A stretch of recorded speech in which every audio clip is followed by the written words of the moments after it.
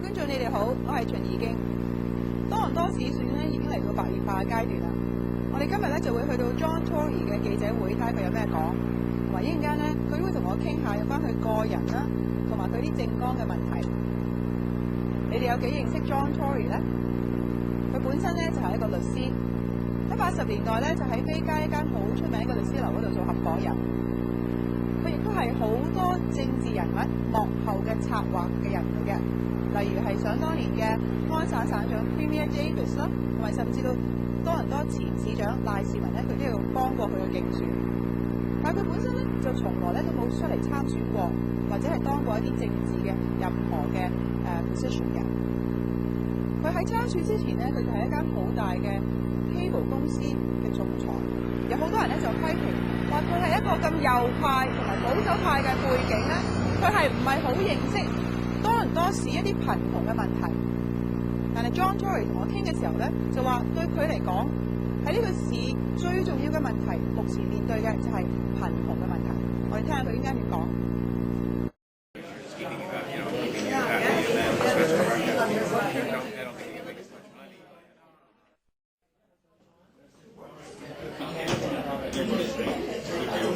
Mr. Tory, you are not a household name in a lot of our viewers now community. Apart from the fact that we know you've been a lawyer at a Street firm, you were executive at Rogers, what else can you really tell us about John Tory?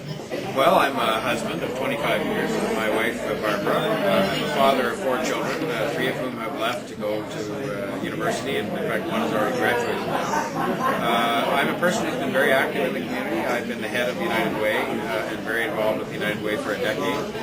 For the same 10-year period, I've been the head fundraiser for St. Michael's Hospital in downtown Toronto.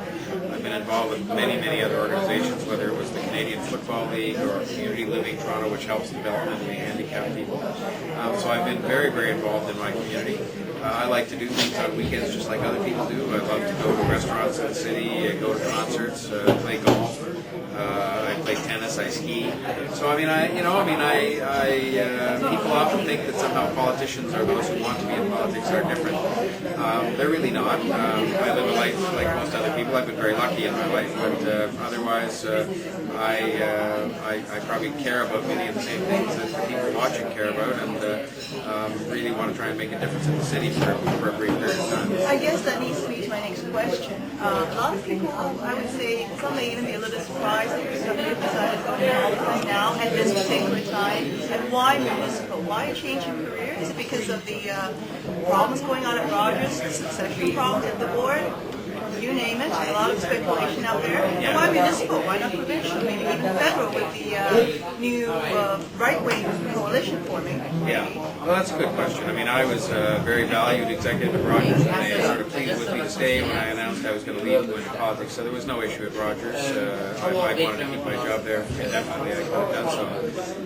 I think that for me, it was a good time personally to go into politics because my children were a bit older than they had been before, obviously.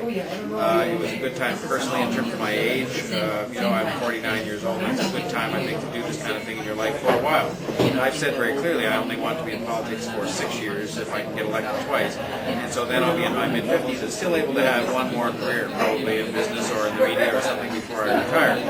And I guess when you say why municipally, I came to the conclusion that there were problems in the city. I lived here my whole life. I thought that there was a big difference that I could make with my business background and with my understanding of the community from my charity work and so on. And I felt as well, to be frank, that I could do that at home.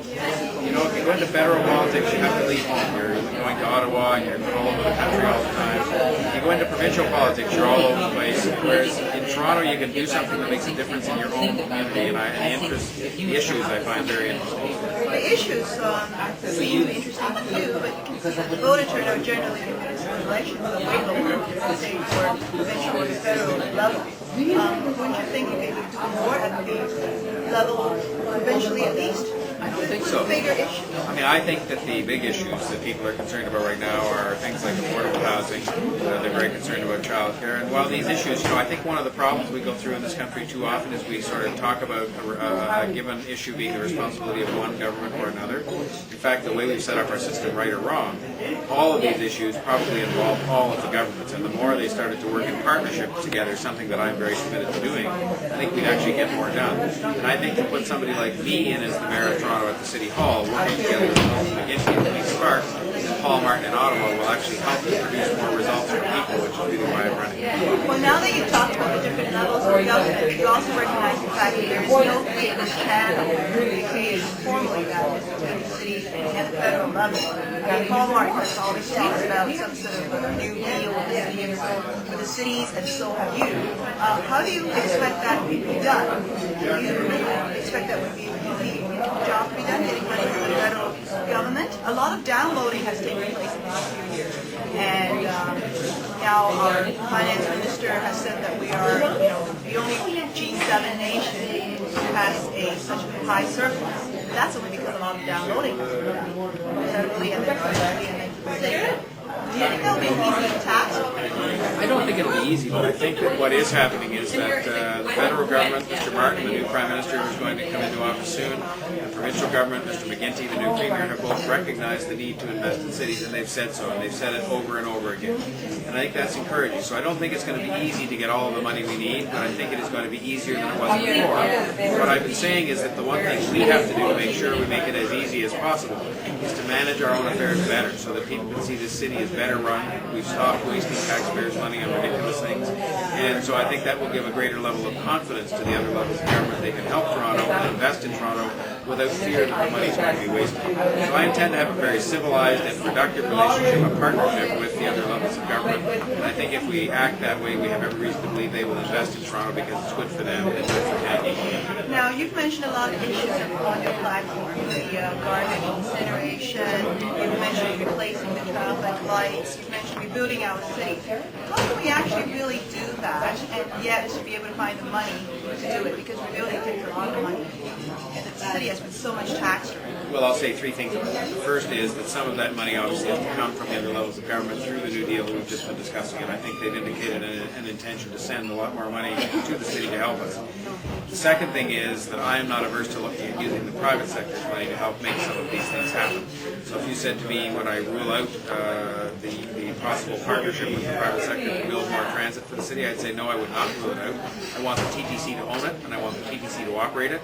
If you said to me, would I let the private sector build it and pay for it in return for having the right to do some development in the city, depending on reasonable terms, the answer is no, I would not rule that out. I'd specifically encourage that.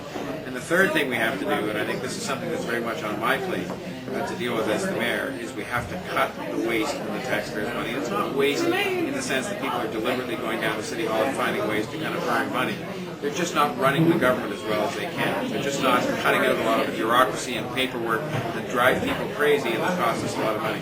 I'm very determined to drive that out of City Hall and make the place run better. We have very little time left, but I would just like to close by asking, which is the single most important issue? One issue that you have to pick.